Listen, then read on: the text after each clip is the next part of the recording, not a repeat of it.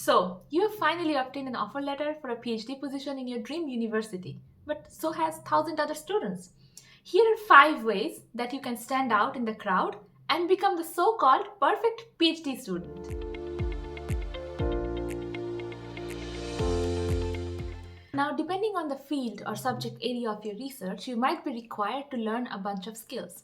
Find one skill that you can be a master at, one skill that will make you indispensable in your lab, in your department, one skill that you can use in such a way that everybody wants to collaborate with you in your research group or within your university or in your department. For example, for a biological sciences PhD program, such an equipment would be a flow cytometer or let's say advanced microscope such as confocal microscope or electron microscope. Now, usually most research labs or groups don't happen to have or own these equipments because they're super expensive, and also it takes several months or years to become experts in using those machines. Usually there are core facilities where there are experts, and usually people are ready to pay a fee for using their service, and you get results from your experiments or for your projects, and that's it. However, if your research lab happens to own such a valuable, expensive machine or equipment, make sure you take the advantage of it. Make sure you learn how to use it, become an expert in using it, and don't just restrict yourself to using it for your own research project, but explore multiple uses.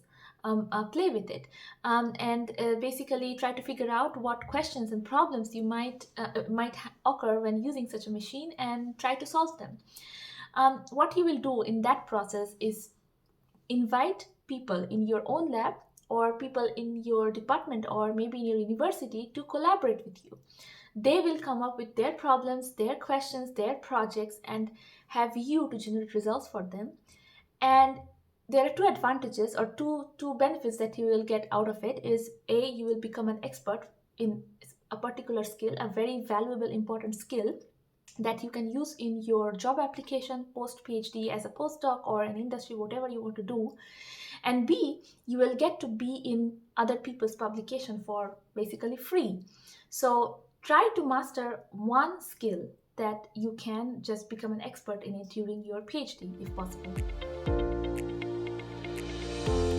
Also, depending on your universities might also organize competitions where you can win small prizes, such as grant proposal competitions, where you have to sometimes write 1 to 2 page grant proposals, and then you get some amount of money as an award, which you can use to meet your research costs, such as, let's say, buying reagents for your experiments or recruiting subjects for your project, or maybe also traveling to conferences. Then there are also specific competitions such as 3-minute thesis competitions, where you can describe your thesis in 3 minutes to a non-specific audience. And then also some conferences also organize best presentation awards or best poster awards, and sometimes these awards come with some amount of prize money or you get a certificate.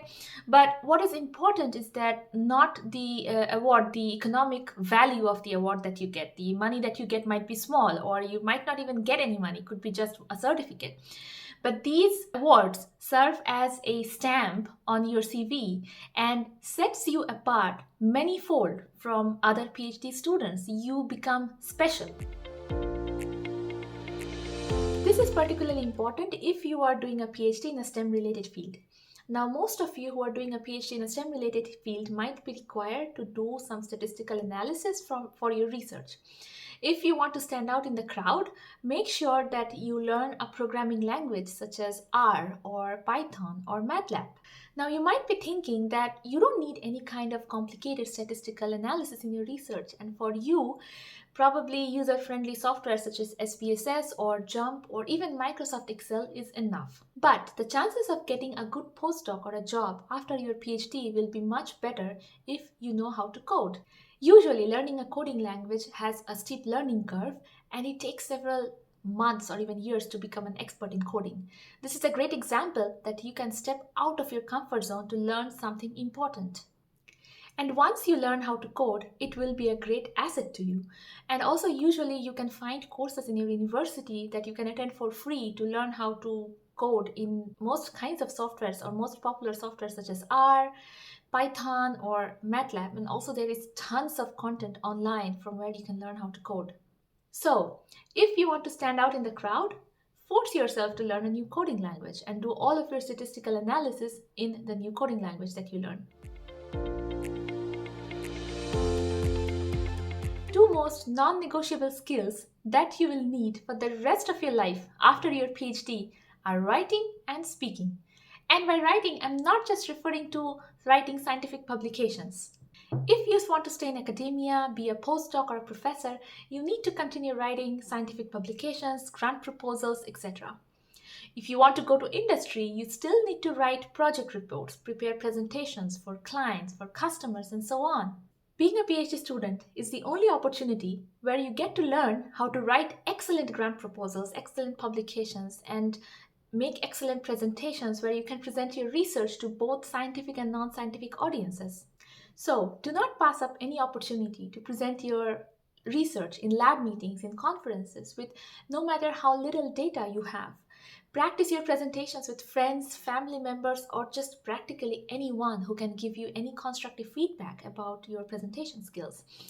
If you do not have any data or have very little data that you think is not enough for research articles, then write review papers to practice or improve your writing skills. But just remember that speaking and writing are two very important skills which you can only or mostly learn during your PhD program that will set you apart from other PhD students many fold. During your PhD, you might be required to attend some courses, and usually most of these courses are seminar courses. And at the end of the seminar course, you are usually given a topic on which you have to write something, let's say like a review paper or a term paper. And sometimes the examiner provides you with a particular topic, or you might also have the freedom to choose a topic that interests you most on which you can write something up. If you have the opportunity to choose a topic of your interest, then ask your PhD supervisor first if they have a topic in mind on which they want to write a review paper on, or if they have received invitations from journals inviting them to write or submit papers. And it's very common for advisors to receive invitations from countless journals who want their advisor to submit papers into those journals. And if there is any such opportunity, and if you can choose your own topic, just write a review paper on that topic. Just follow, basically then your term paper or your course paper will be a review paper. Just follow the format of that particular journal and write up on that topic. Identify what questions need to be answered, what are the gaps, what are the recent advances, and there you go. You send it to the journal of your interest or your advisor's interest, and basically you get a publication for free, and you also get points for your course, and you pass your course. So there are several ways how you can turn a mundane work or turn a routine or a boring work into a publication for free. So these were the 5 tips or hacks that really helped me a lot during my PhD to get more publications out, to get more research data out, and also helped me to get a really great postdoc at Harvard Medical School. I hope these help you too. If you have any questions or comments, please write below in the comment section. I'll try to respond to you as soon as I can.